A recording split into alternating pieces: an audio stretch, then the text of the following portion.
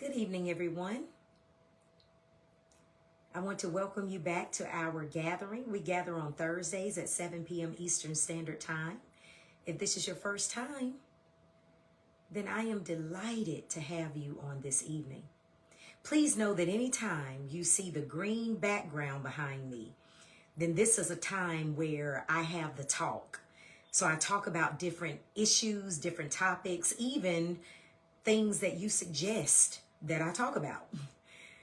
And so we have our Bible study every Wednesday or listen to me, I'm thinking I'm at the church, every Thursday at 7 p.m. Eastern Standard Time. But sometimes I'll deviate from Bible study just to discuss different things, issues, topics, as I said, and anything that you might suggest.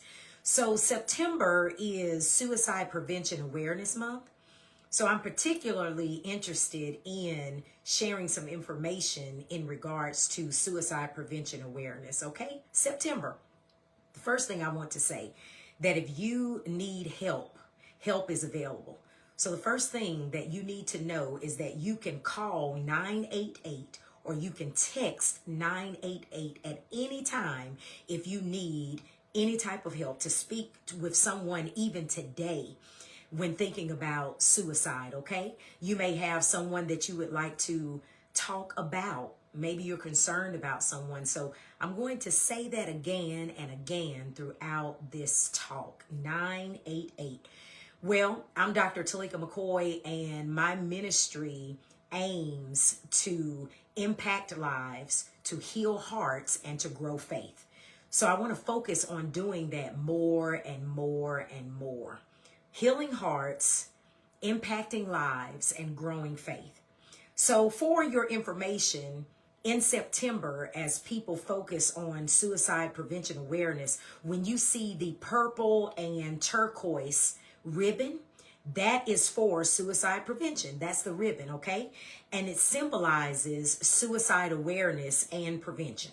So I want you to remember that. And really, suicide awareness and prevention is a topic that we should talk about all the time, not just in September. But before this month ended, I wanted to focus on it. So if you saw my post, then you know that part of this was for me to share with you my death story. That's what I call it, my death story. Sometimes people who have suicidal ideation, they don't talk about what that was like or what it is like living with these thoughts of, I want to take my own life. Like, I don't want to be here. And so I wanted to share, instead of just talking about this by looking up things on the internet or talking about somebody else's story, I wanted to share with you my death story. So I have to tell you that there was a time in my life where waking up, I felt was something that I had to do. It wasn't something that I wanted to do. It was something that I had to do because the alarm clock went off, or because I opened my eyes, or because that's what you do. When you wake up, you have to get up and you have to live. So that was something that I did not think I was able. I didn't say I get to live. I said I had to live. So I was dealing with that in my mind, that I simply did not want to be here, but I had to be because I woke up again. So, okay, here we go. It's Monday. Here we go. It's Tuesday. Here we go. It's Wednesday. So because I woke up, I have to see that particular day. So I didn't want to be here. And at one point in my life, I found myself on my kitchen floor, and suicide was the only thing on my mind. Not my family. Not the fact that I was young. You know, people say, oh, you're young, you don't have any troubles. That was not on my mind. It wasn't anything about my faith on my mind. I wasn't even thinking about today, yesterday, or tomorrow. All I thought about was suicide. And I was sitting on my kitchen floor, and I had a knife in one hand, and I had pills in the other hand. And I knew that one of these would be the remedy for me to not be here anymore.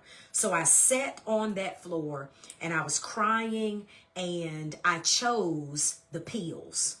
And as you can see, I'm sitting here before you today. So it did not work. I was a failure. And I can tell you, sometimes in life, it's good to fail. That's what I've learned along the way. Sometimes in life, it's good to fail. So I sat on that floor and swallowed those pills. I can tell you that I grew up in church but I was never in a church, never a church that I attended, did anyone talk about feelings of I don't want to be here. I went to school, but never was there a curriculum that addressed the topic or the idea of I don't want to be here. I had family, but never did I feel comfortable talking about or thinking that I could go to anybody with this topic of I don't want to be here. And for a matter of fact, when thinking about family and friends, some of those people were the ones who inflicted the type of pain that made me want to leave here, just end my life. I had a friend, but she had gone off to college. So when I thought about, okay, well, I have a job. I had a good job. Oh, I was working a job at a young age in a bank, in a department. I landed a department job. But even there, I was working around older people. And when thinking about older people, just like today, older people don't always have the humility it takes to deal with youth. So I was a young person who was surrounded by all of these older people, but they didn't have the kind of humility that it takes to really work with somebody young. So I felt that I could not turn to them either.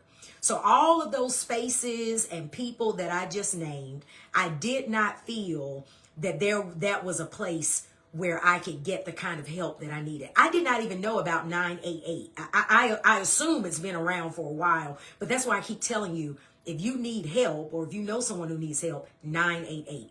Didn't have 988. I didn't know about that. Okay. So I was isolated. I was alone.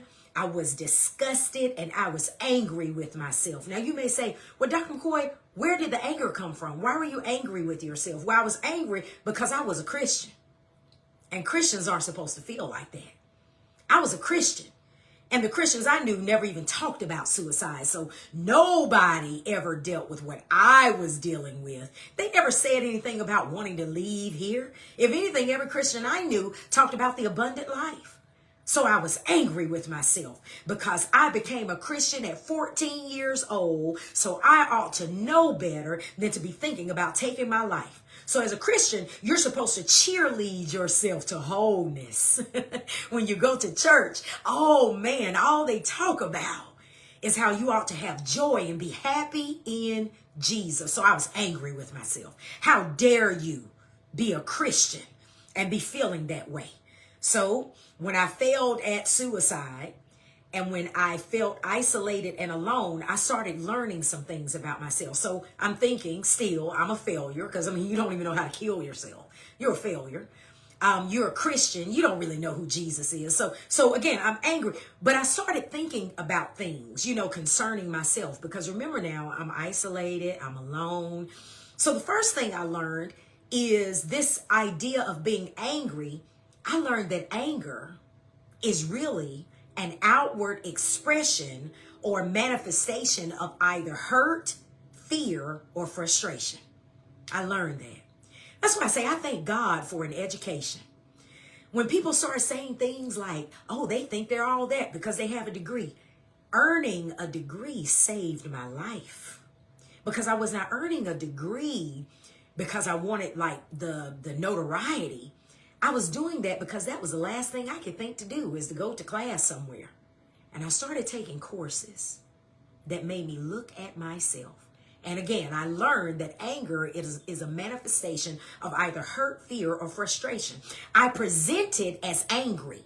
I presented as moody. And keep in mind now, some of the older people would just say I was a young person with a bad attitude. So again, can't turn to them. Now, not all of the older people were like that, but even today, this is why I say to myself as I grow older, it's okay to get older. Just make sure that you are the kind of older person that a young person can trust.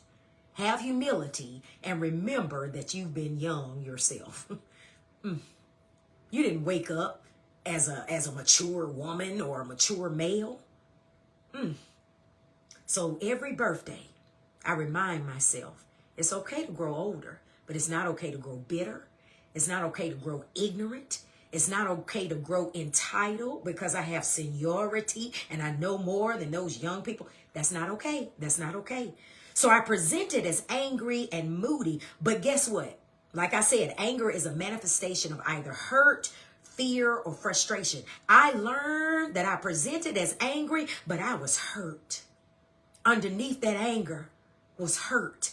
I was hurt from so many things. So I was learning about myself through these books. I was like, oh my goodness, because I didn't know anything about like therapy or anything. I mean, come on, yeah, whatever.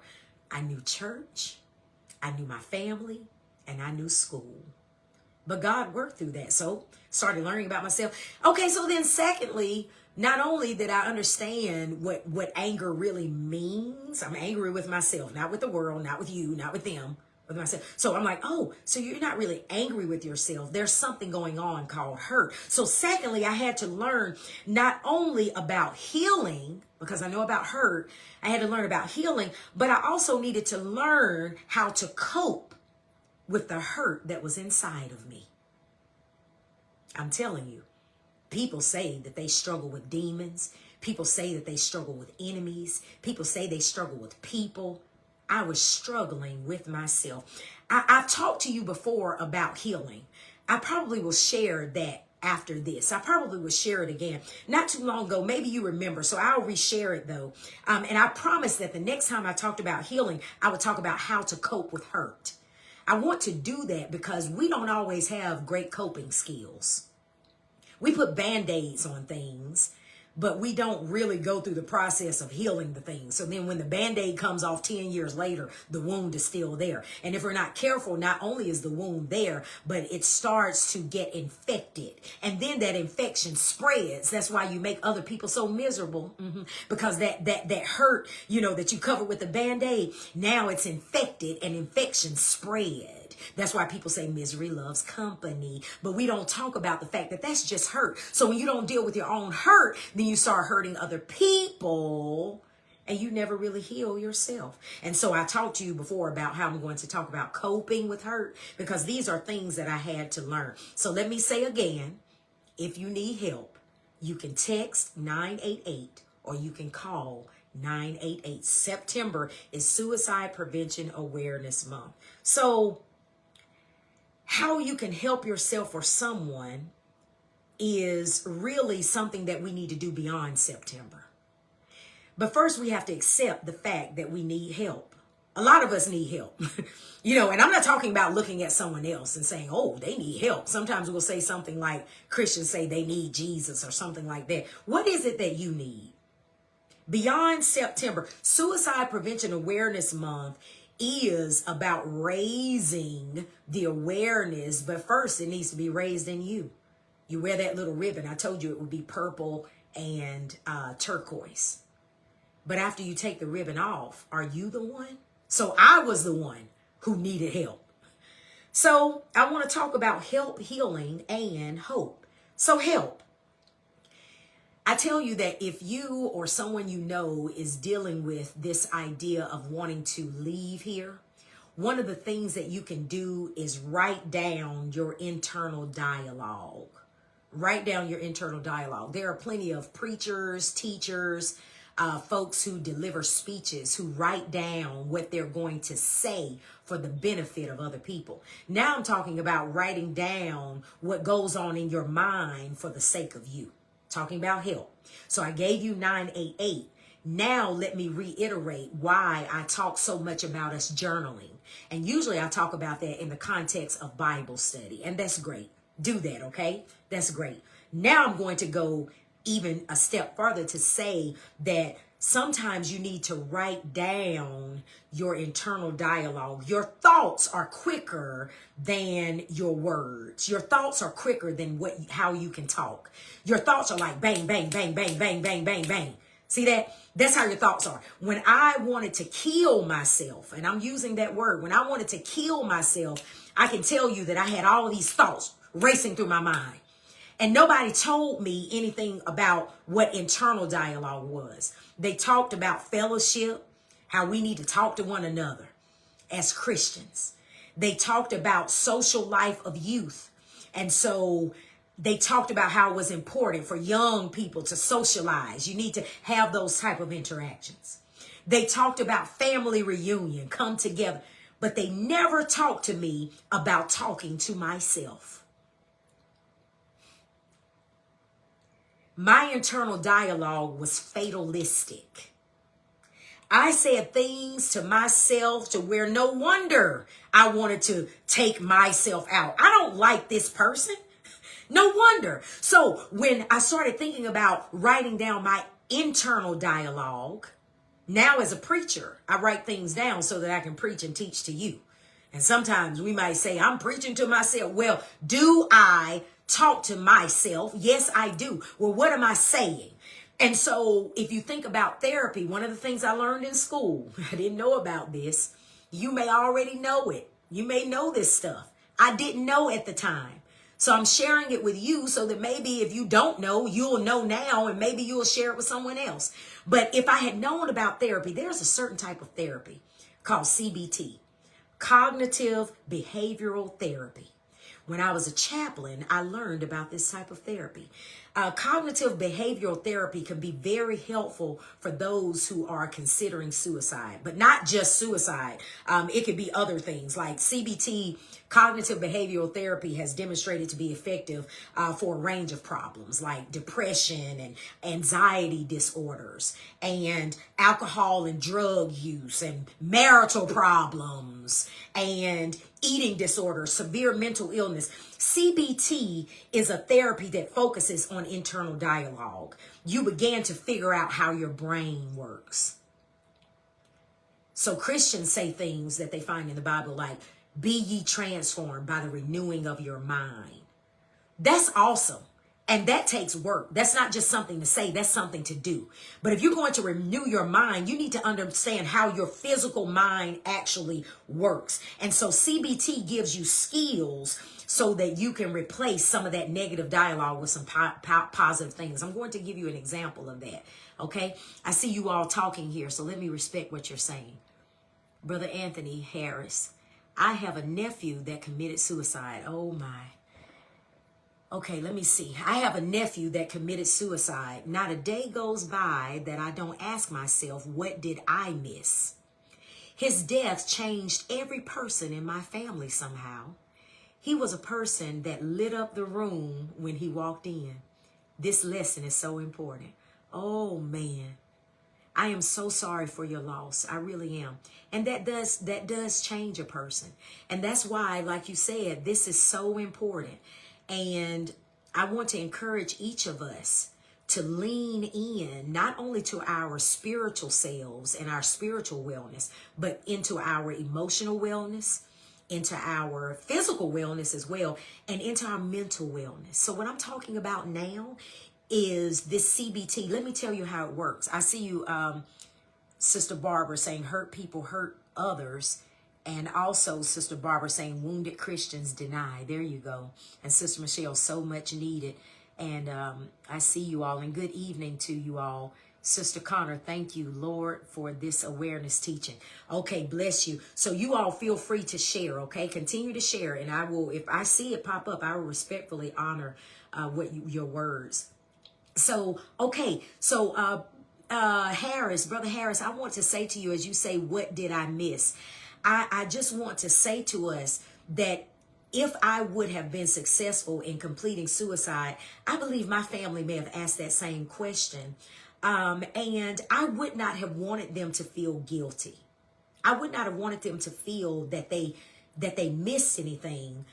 I would have, if that would have been successful, I would have hoped that it would have raised their awareness, but not in a way that made them feel guilty. So, Brother Harris, I would just offer to you, just be really careful with blaming yourself or thinking that you missed something, because sometimes the person doesn't even understand what's going on in their own mind.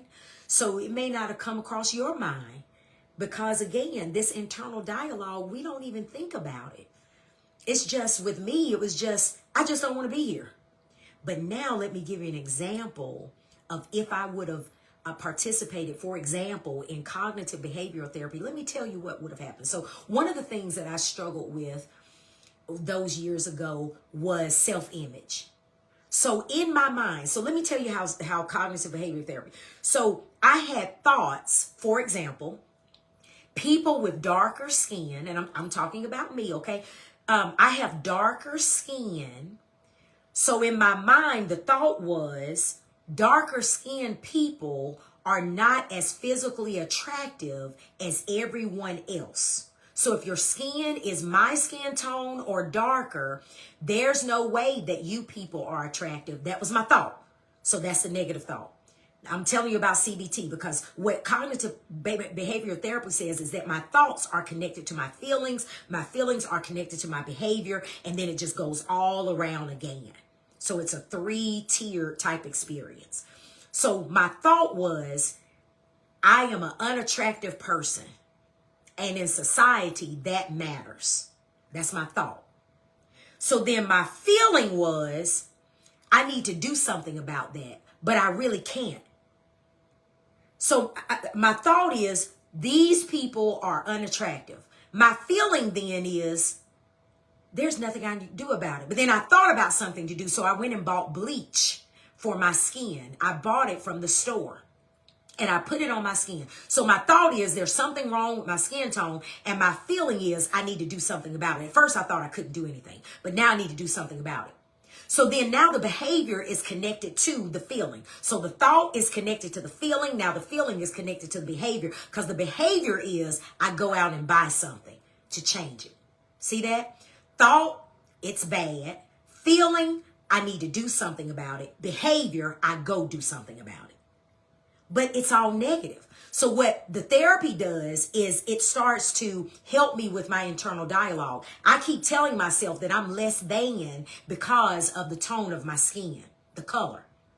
So what CBT does, even from a, let's say from a spiritual or biblical perspective. So if you were to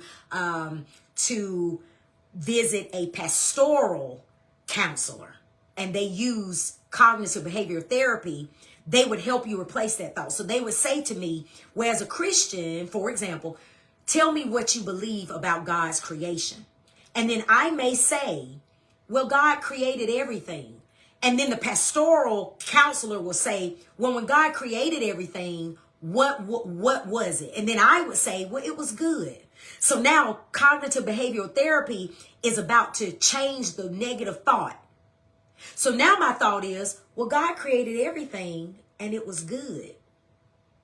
So there's a thought. Okay, so now what's the feeling? Well, now I feel like God doesn't make any mistakes. Because if God created everything and it was good, the thought, now I feel like I am now part of what's good.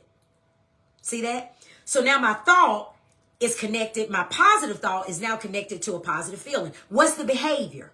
Now I embrace that I am part of what's good. So my behavior now is, I say positive things about myself. See that? I say positive things. So see how those are connected. I can even tell you, not only did I use that for my skin, but I use it for my hair. Because culturally, I was taught, this term nappy head. And nappy head meant a person of color with kinky hair. And there was something that we needed to do about that because that's a bad thing. So the thought was, kinky hair is bad.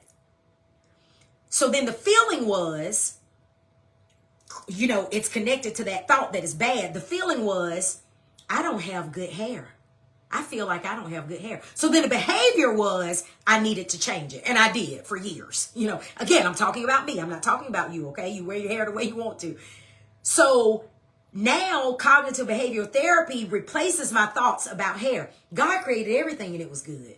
That's the thought. So then my feeling is, I have good hair. No matter what they say, I have good hair on my head too. So then the behavior is, I no longer process my hair and I just wear it the way that it grows out of my head. And I just happen to lock it. That's connected to me. I'm giving you an example. So the self-hate that I had about the color of my skin and the texture of my hair, that type of therapy could possibly have helped me. Now I went through another whole process, but I'm just giving you an example of help, okay? I see you, Sister Barbara, saying, I wanted to commit suicide when I was getting a divorce. lost my perfectly planned life that was falling apart, took the pills and slept, awakened nauseous. Glad I failed. Congratulations, Sister Barbara, just like me on being a failure. God bless you. Congratulations on being a failure in that regard.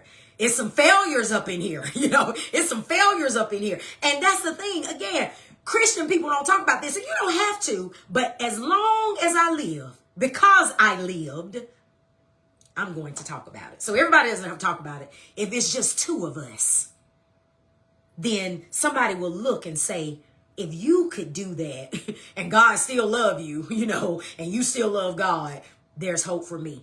So I thank you, Sister Barbara, for sharing that. God bless you. And again, Brother Harris, for sharing, because you don't have to do that. See, this is sacred space that I try to create as a safe place, because every sacred space is not safe. So thank you for feeling that this is safe enough for you to share. I see you, Sister Barbara. You're saying also started therapy, no further suicidal ideations. Good. And Sister Connor, I'm a 2-time failure. Goodness gracious. Congratulations, Sister Connor. God bless you. See that? So if you need help, I'm going to say it again, 988. You can text, you can call. So moving on from help to healing. I told you that I went through a process of healing. But first I want to talk about prevention. How do we prevent? Because again, this is Suicide Prevention Awareness Month, okay? And I see you, Sister Michelle. I went through this with my color, and my height, but God, there you go. So what I'm talking about is not just about my story, but if I don't share my story, then there may be others who will never reveal. And if I don't share my story, then we are people, for example, who go to church and we wear these masks. And this is why there are other generations who are just like, hey, y'all are so perfect. I can't hang with y'all. I can't come in there. I can't do it. So maybe when I get my life together, I'll be a Christian just like you.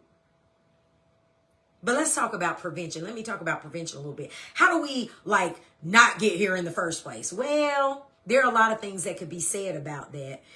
But for me, even in my life now, what I say so that I might be mentally healthy, I say to myself, how can I avoid negativity in my life? I've already went through being negative towards myself. I don't need to let you do it. Thank you very much. I've already done that. I've been my worst enemy. So I really don't need you to do that. Okay. So how do I avoid negativity? Okay. I told you I will check my internal dialogue. It starts with me first. And then in order to avoid the need for healing, sometimes I have to walk away from some things. I've learned that. I had to realize that walking away, for example, can avoid negativity, and it does not make me a failure. And hey, I've already been a failure before, so who cares what people think? I've already done that. So I had to realize, in order to avoid having to heal in the first place, before I talk about healing, is that I can walk away from some things, for example, to avoid negativity. And walking away doesn't make me a quitter. Sometimes walking away makes me the hero. So I had to rethink a lot of things that people say. This is why even now I watch what I take in. I don't care if it's a post on social media. I don't care if it's a video. I don't care if it's someone maybe preaching or teaching. I don't care what the source is. I have to be sure that I remember that I need to eat the meat and spit out the bones. I'm going to say a little more about that. Let me give you an example of avoiding negativity. So in that same time in my life, I was working a particular job and I decided to attend seminary. And there was an older black woman. I went to her. She was my supervisor. And I told her that I had decided at a young age to go to attend seminary. She said to me, "Are you sure that's what you need to do?" And she didn't just say it. She gave me that look. And here I am, a young woman, and, anything an older woman says, I'm thinking I need to listen. So she says to me, "Are you sure that's what you need to do?" "I don't think that that's what you need to do."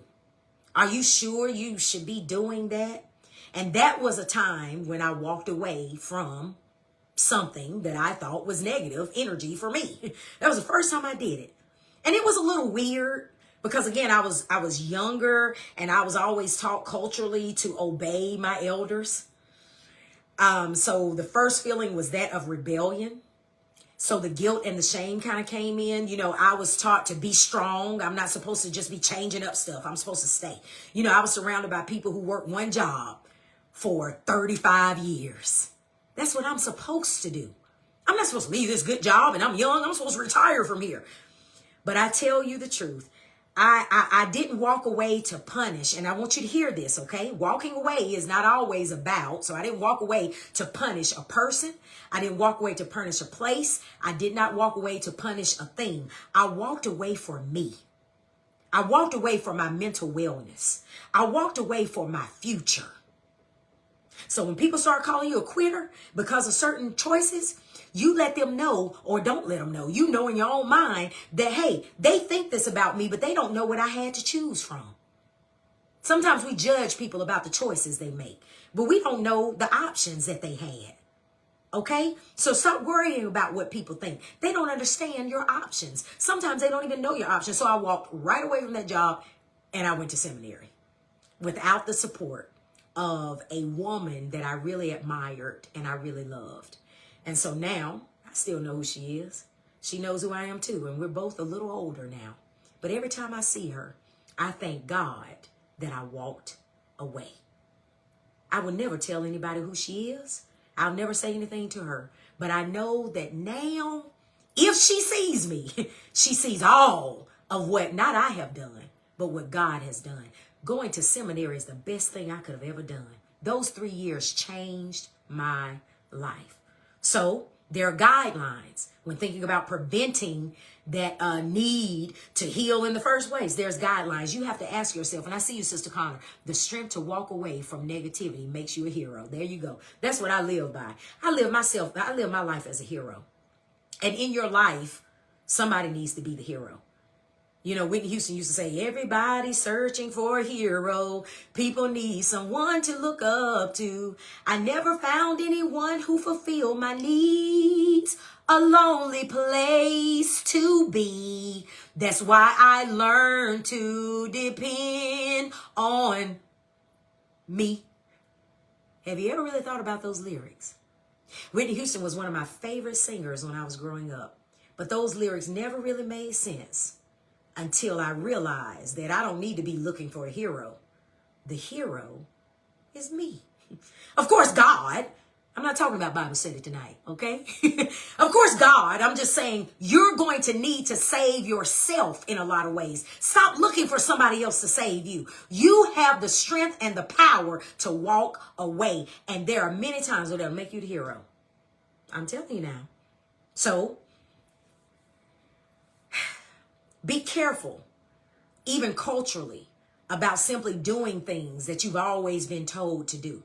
Start asking yourself questions so that you won't have the need for healing. Ask yourself, is this going to destroy me? That's a question. Would this destroy me?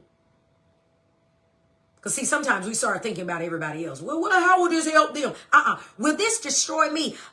Will this make me bitter?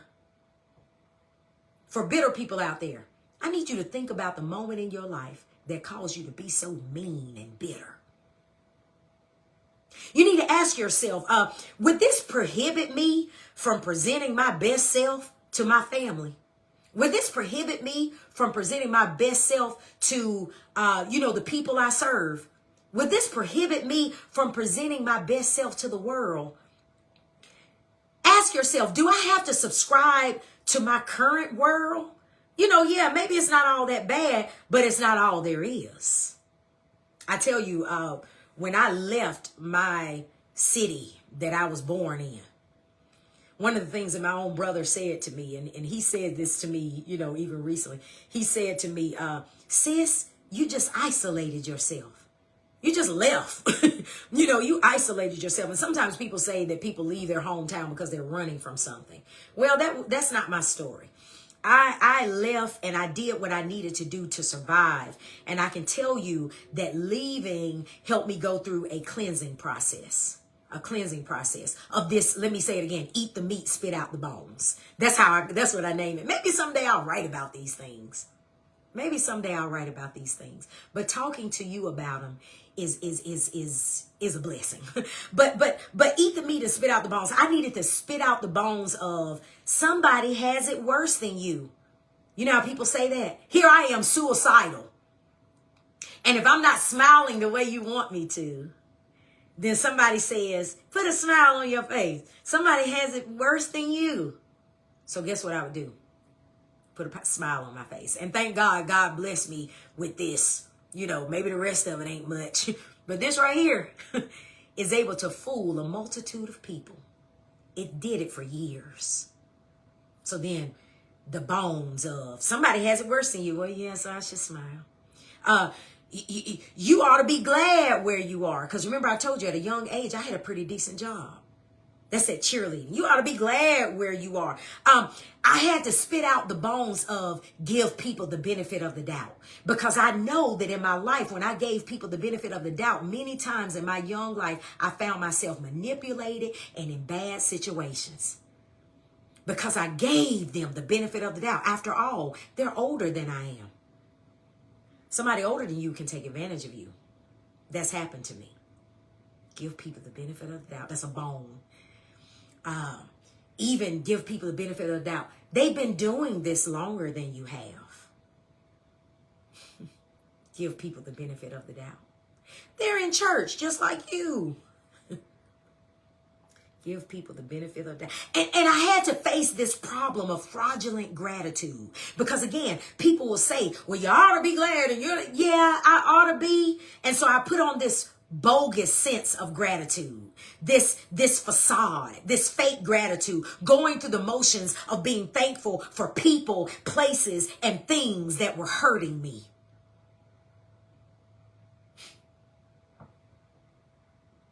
Healing has been a process for me. So anyway, I talked about help. I talked about healing. And lastly, I want to talk about hope. I see you, Sister Barbara. We wear the mask. Yes, Langston Hughes said it best. You are so right. And I see you, Sister Connor. Write your life events down. I'll read them. No one knows your story like you. Good dialogue. There you go. There you go. Yeah. And you know, sometimes, Sister Connor, I think about writing things and I say to myself, I will leave it with a trusted person and tell them, wait until I'm dead. And a lot of other people are dead, and then publish it. And even some of the things I'm talking about now, I'm not giving you some details because some of these people are still among us. So it's really not about me naming them. It is about doing what Sister Connor says, write down your life events. It's not about me naming people. It is about me being bold enough to tell my true story. So that even as a Christian, you know, we can be transparent about some of the things we still deal with. Some of these faces of people, places, things, some of these places, I still must go and I still must see. I see you, Sister Barbara. I am now unapologetically authentic. There you go. So hope. So I had to think about what gave me hope. And still I have to do that. You know, I still do that. So some of this stuff I'm still doing. I'm not talking like about just her from back in the day. I'm talking about her that you're seeing right now. So one of the things that has helped me and that always helps me and that helped me then was meeting people who work on themselves. You know, it's very hard for me to deal with these extravagant, wonderful, you know, oh my goodness, you're just so wonderfully perfect. It's hard for me to deal with those kind of people, you know, in a real, like you, I'll use your words, Sister Barbara, authentic way, because I've met so many other people who will share that they're working on themselves. I love those kind of people, you know, and then they'll start making, like, they'll be like, I'm sorry, but I'm just being honest. I'm like, no, don't be sorry. Don't be sorry. You're the kind of person that I need. People, you know, those who, for example, don't brush off certain types of pain, like mental anguish, like issues, family issues, you know, those people who don't just simply, you know, go to that idea of, you know, well, your family did the best they could, you know, those groups of people. It's like, okay, after we've said that, you know, so I just like those type of people who deal with disappointment head on. They can connect something with something else, and they don't live in their past like it's a place of residence. They just know that their past is a place of reference. So they're not afraid to say, "Oh, I know where that came from." I know where that came from. In 1829, I was sitting in the park and such. Those kind of people who are not afraid of all of who they are. You see, and they don't have to discount all of who they are just to be who you see them to be today. There took some work for me to be this person. And I don't mind sharing with you this full person. You don't get to categorize me and only see me as this 2024 model. No, you don't get to do that, because all of my story matters. And at any given time, when I know that it's time to share that, I'm going to share it because it's mine. I'm not much into gossiping because I have a lot to talk about concerning me. You see what I'm saying? Not because I'm self-absorbed, but I don't have time to talk about you because I have so much going on. So I like those people who don't make you feel crazy. I like those people who don't make you feel ungrateful. Those people who don't make you feel unchristian. And I see you, Sister Sharon. I have a journal with all my feelings, prayers, and letters to my loved ones who have passed away. It helps me to read it from day to day. There you go. And Sister Barbara Williams is saying thank you. She said she's going to do that. See? So you all keep on talking. Keep on sharing. I tell you, we're just trying to get through this life. And those of us who are people of faith, we know how challenging it could be. That's why we accepted Jesus. Because Jesus, in the Bible, we know that it's in Peter. Peter said, cast your cares upon me, for I care for you. We know that we have cares. We know that we have anxieties. Those of us who are really Christian in our heart. I'm not talking about people who are like religious and they're just kind of like, "Oh, I'm fine." I'm not talking about those kind of people. I'm talking about those of us who really need Jesus and we really need the Word of God. It's just so much of a blessing to have you all. And the other thing that helped me with hope was not only like meeting people who work on themselves, but also learning from the Word of God. Not just reading it and hearing someone else talk or preach about it, but learning it for myself. Because, I had to learn the Bible for myself. Like, I really delved into it, not like as a preacher, like I'm going to read this because I have a sermon to preach. No. I had to read this and understand it because I had a life to live, because I had already tried to end it and I failed. So if I must live, I have to understand this book that I accepted because I'm a Christian. So I was like, okay, so again, and this was before I was a preacher. Let me just say that. This was before I was a minister. Let me just say that. So that's why I'm telling you that I had to learn how to read the Bible and understand it for myself and not just somebody up there talking about it at me. I had to do that if I was going to live. And I discovered that not only did I have to do that because I needed to understand it for myself and I needed to live, but because there were parts of the Bible that I never heard people talk about. And I'm not just talking about preachers or ministers. I'm talking about like Christians.